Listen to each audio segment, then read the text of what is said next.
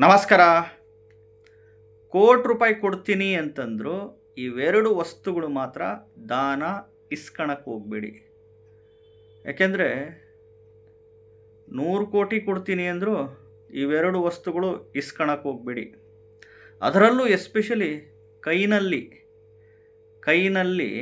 ಇವೆರಡು ವಸ್ತುಗಳು ಮಾತ್ರ ಯಾವುದೇ ಕಾರಣಕ್ಕೂ ದಾನಾನ ಕೈನಲ್ಲಿ ಇಸ್ಕಣಕ್ಕೆ ಹೋಗಬೇಡಿ.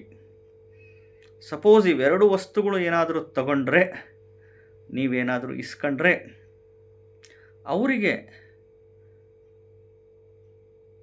ನೀವು ದುಡ್ಡು ಕೊಟ್ಟುಬಿಟ್ಟು ಇವೆರಡು ವಸ್ತುಗಳನ್ನ ಇಸ್ಕೊಳ್ಳಿ.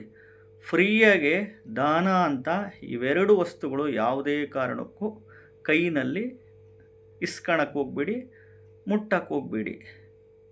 ಯಾವೆರಡು ವಸ್ತುಗಳು ಅಂತ ಹೇಳ್ತೀನಿ. ಮೊದಲು, ಹೊಸದಾಗಿ ವಿಡಿಯೋ ನೋಡ್ತಾ ಇದ್ದವರು ಚಾನಲ್ ಸಬ್ಸ್ಕ್ರೈಬ್ ಮಾಡ್ಕೊಳ್ಳಿ. ವಿಡಿಯೋ ಇಷ್ಟ ಆದರೆ ಲೈಕ್ ಮಾಡಿ. ಇವೆರಡು ವಸ್ತುಗಳು ಬೇರೆಯವರ ಕೈಯಿಂದ ನೀವು ದಾನ ಇಸ್ಕೊಂಡ್ರೆ ಏನಾಗುತ್ತೆ ಅಂತಂದರೆ ಋಣ ಹೆಚ್ಚಾಗುತ್ತೆ. ಒಂದು. ಎರಡನೇದು, ಸಡನ್ ಕಷ್ಟಗಳು ಬರ್ತಾವೆ ಮನುಷ್ಯನಿಗೆ. ಸಡನ್ ಕಷ್ಟಗಳು ಬಂದಾಗ ಅದರಿಂದ ಮೇಲೆ ಎದ್ದೇಳೋದು ಭಾಳ ಕಷ್ಟ ಆಗ್ಬಿಡುತ್ತೆ. ಸಡನ್ ಕಷ್ಟಗಳು ಬಂದಾಗ ಮೇಲೆ ಎದ್ದೇಳೋದು ಭಾಳ ಕಷ್ಟ ಆಗುತ್ತೆ. ಇದೆಲ್ಲ ಅನುಭವದ ಮೇಲೆ ಹೇಳ್ತಾ ಇದ್ದೀನಿ. ಯಾವುದೇ ಕಾರಣಕ್ಕೂ ಇವೆರಡು ವಸ್ತುಗಳು ಬೇರೆಯವರಿಂದ ದಾನ ಇಸ್ಕಣಕ್ಕೆ ಹೋಗ್ಬಿಡಿ. ಎಸ್ಪೆಷಲಿ ಹೆಣ್ಮಕ್ಕಳು ತವರು ಮನೆಯಿಂದ ಎಸ್ಪೆಷಲಿ ಈ ವಸ್ತುಗಳು ಗಂಡನ ಮನೆಗೆ ತಗೊಂಡೋಗ್ಬಿಡಿ. ಇವೆರಡು ವಸ್ತುಗಳು ತವರು ಮನೆಯಿಂದ ಗಂಡನ ಮನೆಗೆ ತಗೊಂಡೋಗ್ಬಿಡಿ. ಮತ್ತು ಬೇರೆಯವರು ಯಾರೇ ನಿಮಗೆ ದಾನ ಅಂತ ಕೊಟ್ಟರೆ ಇವೆರಡು ವಸ್ತುಗಳು ಕೈನಲ್ಲಿ ಮುಟ್ಟಕ್ಕೆ ಹೋಗ್ಬಿಡಿ.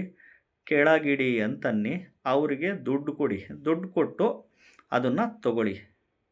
ಯಾವೆರಡು ವಸ್ತುಗಳು ಗೊತ್ತಾ? ಮೊದಲೇದು ಉಪ್ಪು, ಕಲ್ಲುಪ್ಪನ್ನಾಗಿರಲಿ ಸಣ್ಣುಪ್ಪನ್ನಾಗಿರಲಿ. ಎರಡನೇದು ಹುಣಸೆ ಹಣ್ಣು. ಇವೆರಡು ವಸ್ತುಗಳು ಜಾಗ್ರತೆ. ಯಾವುದೇ ಕಾರಣಕ್ಕೂ ಯಾರ ಹತ್ರನೂ ದಾನ ಇಸ್ಕಣಕ್ಕೆ ಹೋಗ್ಬಿಡಿ. ಸಪೋಸ್ ಇಸ್ಕೊಂಡ್ರೆ ಕೆಳಗಿಡಿ ಅಂತನ್ನಿ, ಕೆಳಗಡೆ ಇಡ್ತಾರೆ. ನೀವು ಅವರಿಗೆ ದುಡ್ಡು ಕೊಟ್ಟು ಆಮೇಲೆ ಈ ವಸ್ತುನ ತಗೊಳ್ಳಿ. ಅರ್ಥ ಆಯ್ತಾ? ಕೈಯಿಂದ ನೇರವಾಗಿ ಮುಟ್ಟಕ್ಕೆ ಹೋಗಬೇಡಿ.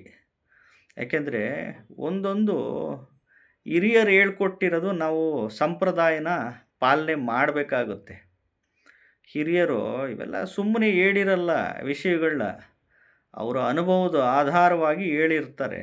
ಹಂಗಾಗಿ ₹1,00,00,000 ಕೊಡ್ತೀನಿ ಅಂದರು, ಇವೆರಡು ವಸ್ತುಗಳು ಯಾವುದೇ ಕಾರಣಕ್ಕೂ ದಾನ ತೆಗೆದುಕೊಳ್ಳಬೇಡಿ. ವಿಡಿಯೋ ಇಷ್ಟ ಆಗಿದ್ದರೆ ಚಾನಲ್ ಸಬ್ಸ್ಕ್ರೈಬ್ ಮಾಡ್ಕೊಳ್ಳಿ, ಲೈಕ್ ಮಾಡಿ. ನಮಸ್ಕಾರ.